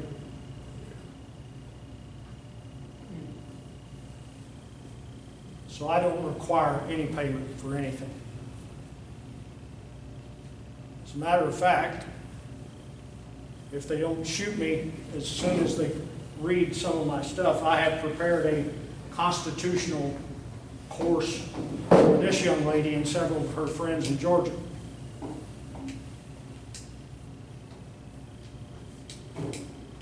All of what I have learned, and I love what Darrell did when he just put my name down, historian.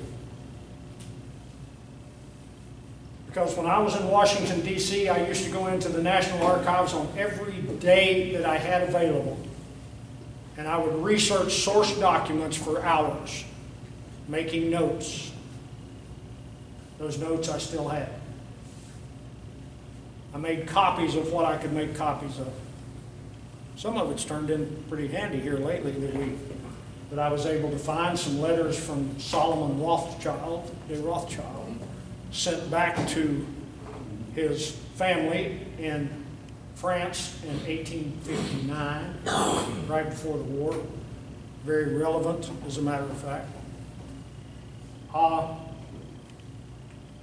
So everything that I have comes from source documents, and I'll be happy at any time. Again, I'm being redundant, but I want you to know, if you have any questions about anything I've said, you want any documentation, I'll tell you where you can find it. But I spent hours in the Library of Congress.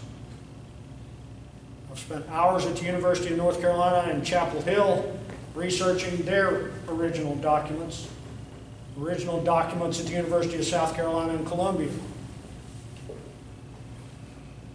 So the old man, the old professor who told me many years ago, don't trust a history book, trust source documents. Yes, sir. Do you have a letter from the governor, the de jure governor of North Carolina, when an appointee of Grant was put in his place? And martial law government took over North Carolina. Right. And he said, well, it'd be useless to try to oppose the issue after we just got flipped. Well, in 1876, Mississippi elected a governor and a Congress. Ulysses Grant sent the army in and took them out and put in his son-in-law as governor. So, again, if you want to understand why this country's in the mess it's in, you can relate it back to the Civil War. Or as a very old aunt that I had used to say, don't say Civil War, son. It was the wall of northern aggression. And how right she was. Yes, sir. Two things, would you tell us a little bit about those letters from Solomon Rothschild? And before you do that, something that I've wondered about, and I wonder if you've ever come across information about it. There was something like, my memory is vague about the numbers, something like 600 girls were rounded up in Roswell, Georgia. Atlanta area. Yeah, and kept on the town square for quite some time. During the siege of Atlanta. And then they disappeared, not to be heard of again. Do you have any idea? There's documents in Atlanta that support that. I There's know also, where one is buried, and the story is on the tombstone. and there were, you're right, and there It's up were, here at Mount Vernon, up above Sand Rock, Mount Vernon Cemetery. She's got a Confederate battle flag and the first national battle flag on her flag. Her name was Elizabeth Stewart. well, here's something, and I was telling Darrell about it this morning. Our son graduated from Virginia Military Institute. which I refer to as the very military institute, used to be. It's now gone like the rest of them. They actually give their cadets coloring books now for stress. But when my son was there, when he graduated in 2001, he's a mischievous guy. He gets it from his mother. He went to the sergeant major of the Corps at VMI, and he said, Sergeant Major, he said, our son was in the pipe and drum corps. He plays the bagpipes. And Scottish. And he said, Sergeant Major, we're going down to honor a Confederate veteran. And we're going to go down with our pipe and drum corps, parts of it, and some reenactors who are also cadets. And we're going down to honor this Confederate soldier. And we would like a permit to do so. And he said, well, I'm not sure, that's proper, all of this political correctness. And the Sergeant Major was black. And my son said, you would deny us the right to honor a person of our heritage? And he said, well, okay, all right. And our son said, and I was there, because my son had told me what they planned to do. He said, well, Sergeant Major, you want to go with us? And he said, no, I couldn't do that. My son said, too bad, sir, because he's black.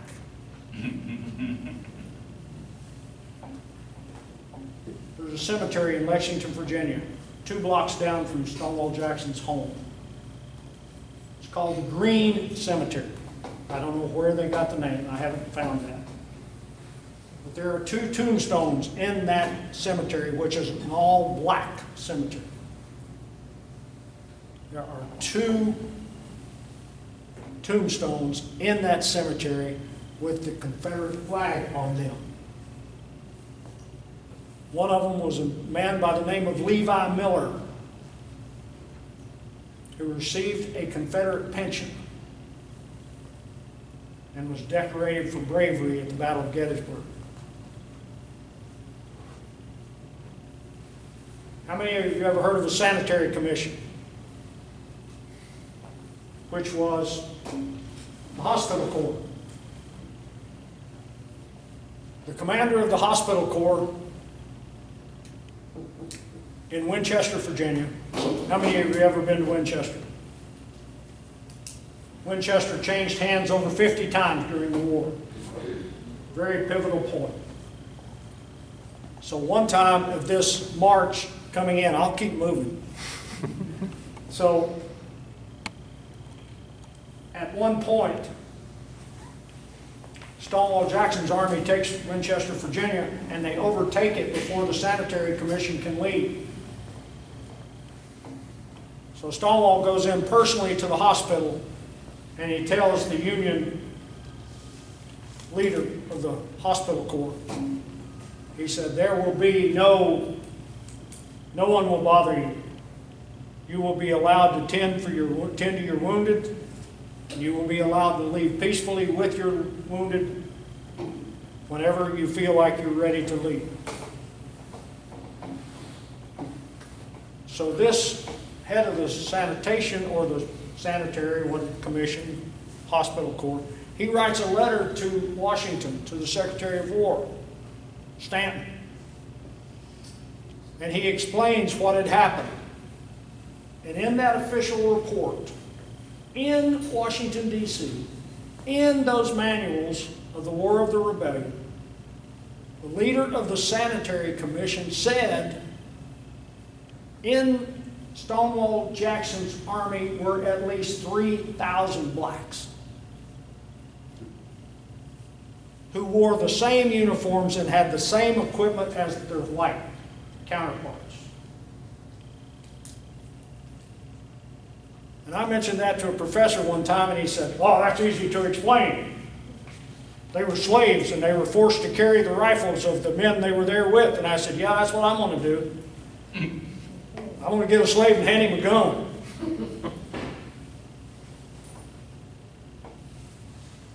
So, the documents are there, especially the atrocities that were committed against the Southern civilian. Yes, sir.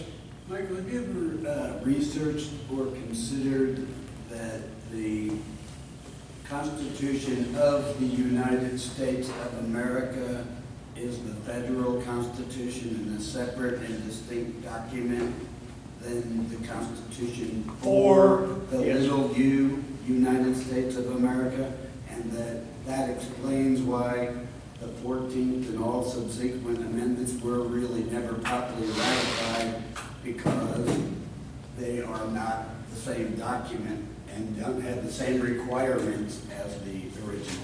Well, we had the discussion over here before this whole thing started, and that was the fact that the preamble to the Constitution says, we the people of the United States do ordain and establish blah, blah, blah, blah, blah, for the people of the United States of America. Yes.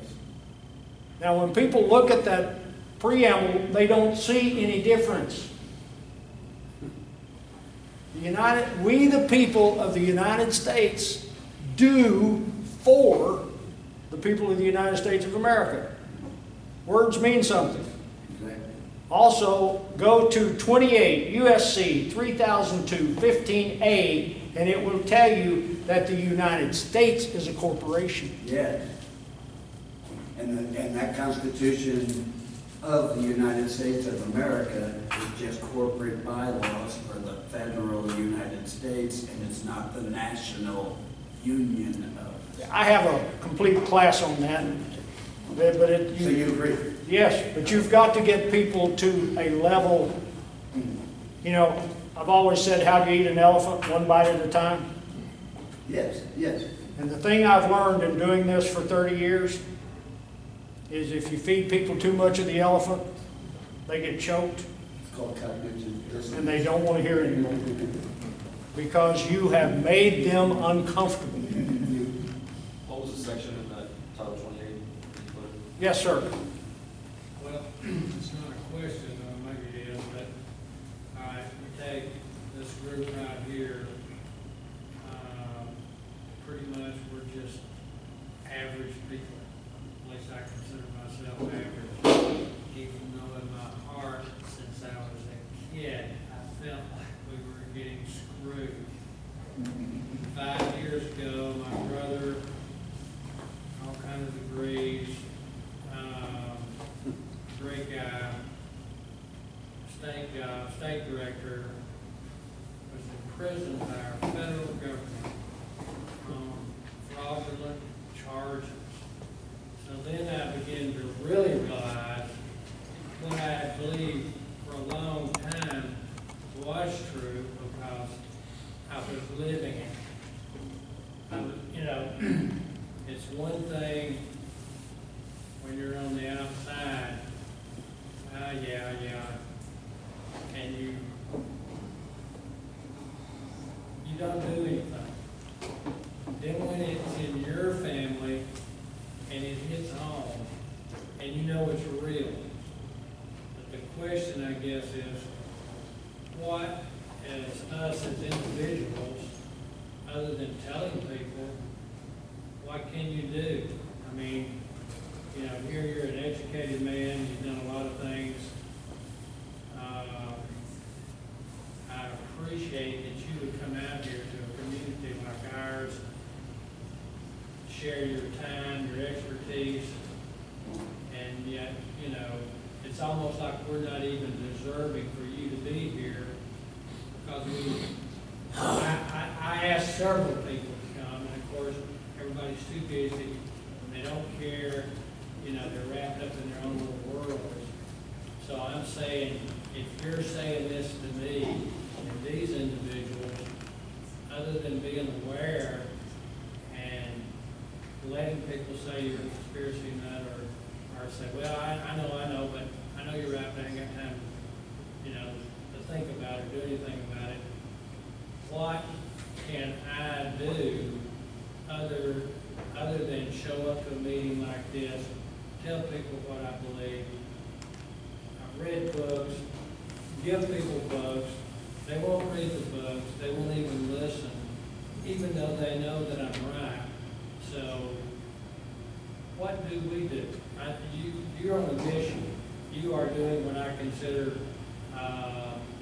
is a great quest for liberty.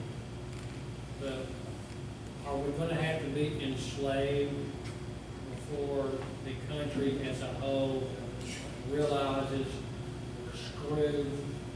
They don't know it. You're going to have to take their comfort away. When is it going to change? Well, let me tell you what drives me. Two things. I'll go what is personal first, and then I'll go with what the big picture is second.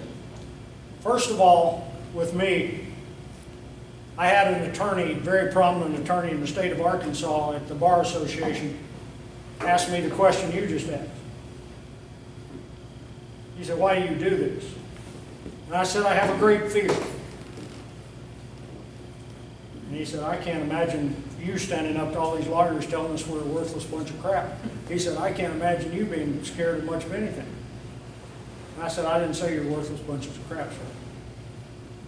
That's something in the name you gave yourself." But I said, my greatest fear is to be lying there in my 6-foot box with a tombstone and have my grandchildren come walking up and say, "Grandpa, why didn't you do something?" That motivates me every day. Because every day when I get up, I take that phone and I look at my grandchildren. And I know that what I'm going to do that day, I do for them. Now, there's times when I really get discouraged. When that time comes, I go to the book of Isaiah. And I look at what Isaiah was told. And I'm going to paraphrase this story for you. I can't quote the scripture. But King Uzziah was in control. Did I pronounce that right? King Uzziah was in control, and he had a very despotic government, very despotic leadership. And God said to Isaiah, "Isaiah, I want you to go out there and I want you to spread the word. I want you to start telling these people what this man is doing. I want you to go out there, I want you to tell them." And Isaiah says, "Okay, Lord, I'll do it." And then God says, "But Isaiah, they're not going to listen." And Isaiah says, "Well, God, that doesn't make any sense. Why am I going to go out there to do this if they're not going to listen?" And he said, "Because I have a remnant that needs to hear your words. They need to be bolstered by your words. They need to know they're not in this by themselves." And he said, "Isaiah, you won't know who they are. And it's not important that you know who they are." And he said, "You're also planting seeds. You're putting seeds in the minds of men, and something will happen later on in their life, and they will go back to that seed." And so Isaiah says, "Well, Lord, how will I know if I'm doing it right?" And he says, "Well, if a lot of people show up and you start making a lot of money, you're doing it wrong." Now that's paraphrasing. But he speaks of the masses opposed to the remnant. The masses are not going to listen, they're bass fishing. The masses are not going to listen, they're showing up at football games and getting drunk and making asses of themselves in front of their children. They don't care because they don't want to be free, they want to be comfortable.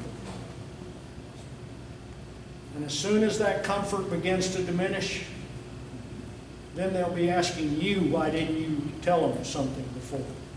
I promise you, it's already happening. I've already seen it happen. So that's my answer to that question. I hope I answered it for you.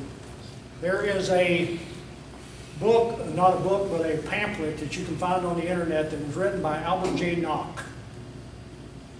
And the title of it is Isaiah and the Remnant. And that is a great thing to read. For me, it inspires me. Because and when that happens, if 4 of you showed up tonight instead of the ones that did, I'd still be happy. Because I would know that in that 4 was some of the remnant. The masses aren't concerned with freedom. They like what they have. They like the fact that the government can force their children to be vaccinated. They like the fact that, you know, that the federal government tells the states you have no power. They like that. They're fine. Just don't make them uncomfortable. Joseph Stalin made the statement that as long as and Mao Zedong made this statement, as long as my people have 3 bowls of rice a day, I can do anything I want to. So he killed 50 million of them. Now I'm pretty sure when he got down to killing them, they weren't comfortable with that part. But they were comfortable right up to that part. Same thing's going to happen to us. We can't continue on this path, people. You know, it's simple logic. It can't happen. It's not going to happen. You answered my question. Well, thank you, sir. I hope I did. Yes, I just wanted to ask you, it's my understanding that the American Revolution was only about 4% of the people. You know, 96%. well, there were about 3% who were leaders. Okay. Now, some others, when they began to see, and I made this statement to Darrell today when we were talking, and he said, I moved from up north and I came down here and I found out that you people aren't really rebels. And I said, well, you're right, because it was indoctrinated out of us during Reconstruction. But who were the original rebels? No, not really. The apostles? No, in America. Oh. Who were the original rebels? April 19th, 1775, Lexington Green. Farmers and shopkeepers standing up there, standing with their rifles. Major John Pitcairn of the Royal Marines, British Royal Marines. He comes up with all of his forces. Here they stand with this pitiful little group. And what does he say? Disperse, you rebels. So you Yankees were the first rebels. We got something right. He said, disperse, you rebels. Rebels do not and will not ever say, I comply to tyranny. It's not in our makeup. It's not in our DNA. We will not do it. And I tell people this over and over and over again. How many people control this country? Of the ones we know. I'm not talking about the bankers, because they control our politicians and our courts. There's 535 of them. Right. 535 people control 320 million people. In what world does that make sense? DC. So what I'm saying is, us 320 million got to get up and do something. And I'm not provoking violence. I don't agree with violence. I don't think it's an answer to anything. Because when you have a war, I promise you, nobody wins. Nobody ever wins a war. There is no such thing as a winner in war. Some people might prevail, but nobody wins. So there's 535 people bossing us around. What did our founding fathers fear? The 2 things that they feared more than anything in the world. And they spoke about these two objects over and over and over again. And what were those two objects? Big government? No. Judiciary. A standing army And a central bank. and, as Patrick Henry said, federal and state sheriffs.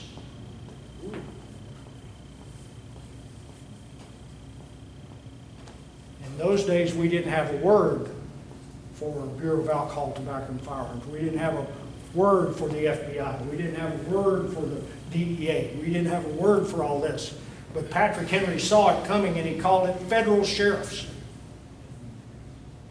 And he told John Marshall, the federal sheriffs will eat out your sustenance and you will be powerless to do anything. And John Marshall said, who could imagine such a thing as you just said, Mr. Henry? Who would believe that the federal people will come into your homes and take what you own? Who would believe that? Virginia Ratification Convention, June the 7th, 1788. You can read it for yourself.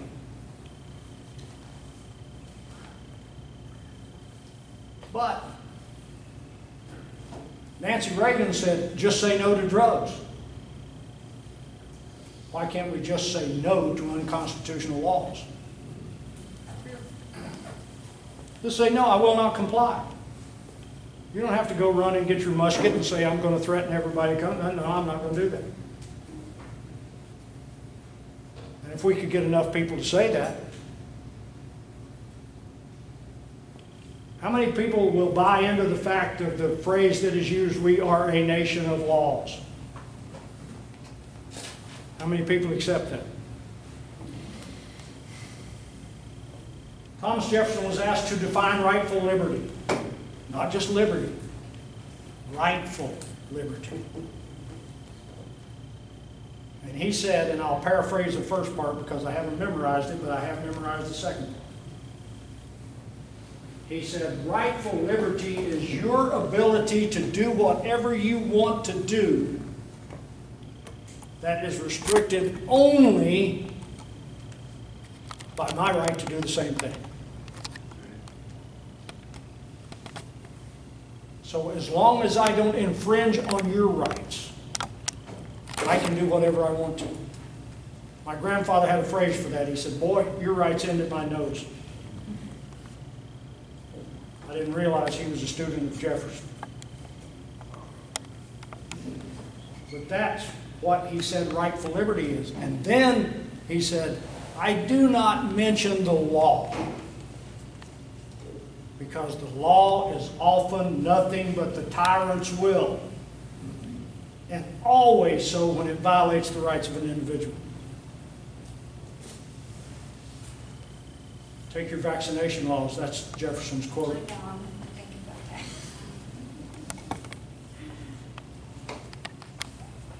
It's the tyrant's will. And again, he hated judges. He said that the belief that the Supreme Court, in its power, has the right to decide what is and what is not constitutional is totally out of line. I'm paraphrasing again. He said it's totally wrong. And if it were so, it would create a, what do you call it? A oligarchy. Thank you. He said it would be an oligarchy. This country was not meant to be ruled by 9 people with black robes. It was not meant for that. Nowhere can you find that in our Constitution, that they have the right to rule. They believe it. But look at, and I'm running over time, I'm sorry. But look at Ruth Bader Ginsburg. She was confirmed by the Senate 96-3 with a wonderful Republican by the name of Bob Dole saying it was the greatest selection that had ever been made for the Supreme Court. And as an appellate court judge, Ruth Bader Ginsburg had written an opinion that it should not be against the law for adults to have sex with children. You know, that's right out of town.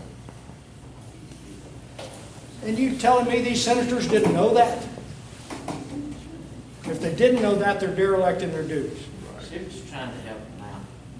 If they did know it, and as an attorney, who was her number one client? Probably Bill. No, on permanent retainer. They gave her, I think it was $100,000 a year every year, just in case something came up. You ever heard of NAMBLA? Yeah. Wow. And she sits on the Supreme Court. She wouldn't know the Constitution if she found it in her Cheerios. She may not have found her Cheerios in the little house. I can hope. I can hope. Natural selection does take its toll. Sooner or later. Yes, sir. Mike, let me go back and ask you, if there's anything that you can tell us about those letters. Were they letters from Solomon? I'm having those letters printed. If you would like my card, my email address is on there. You can send me or drop me an email, I'll give them to you. And may I make a comment? Yes, sir, please The do. rest of this, the reason we see so few people out here, gosh, I remember a cartoon from back in the early 60s. Hobo? Showed, no, not that one. It showed a couple of guys with big sombreros on. They had rifles and they were lying down behind some barricades in the street. And one of them says to the other, "Why do so few people show up for these elections?"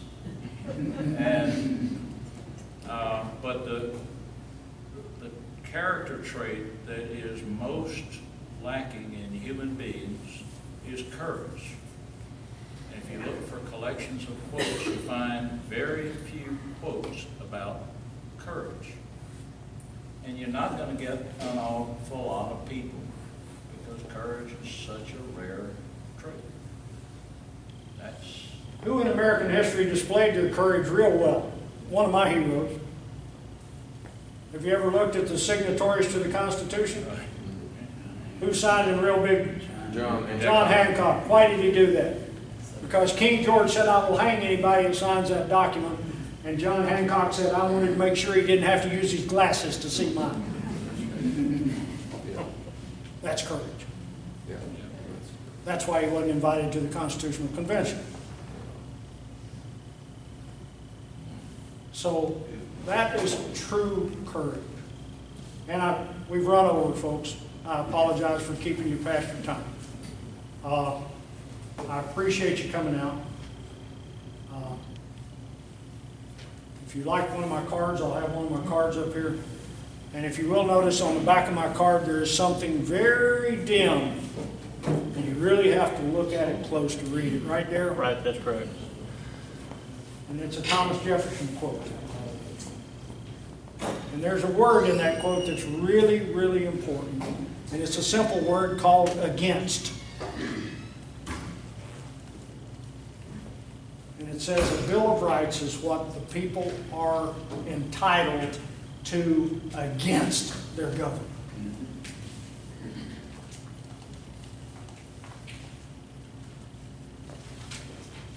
Bill of Rights are extremely important. All 50 states, if you look at their Constitution, what comes first in the Constitution? A Declaration of Rights. In the U.S. Constitution, the Federalists didn't even want one. They didn't want a Bill of Rights. You don't need that? No, that's all right. Let's go on without it. You don't need it. Bill of Rights is all we have. And as Jefferson said, where does our rights originate? With your Creator. Why does government want you to denounce a Creator? Because then who do you look to for your rights? Government. Thanks, guys. I appreciate it.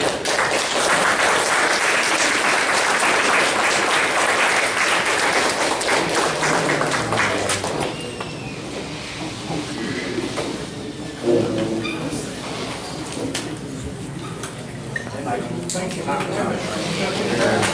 Appreciate it. Yeah, you got it.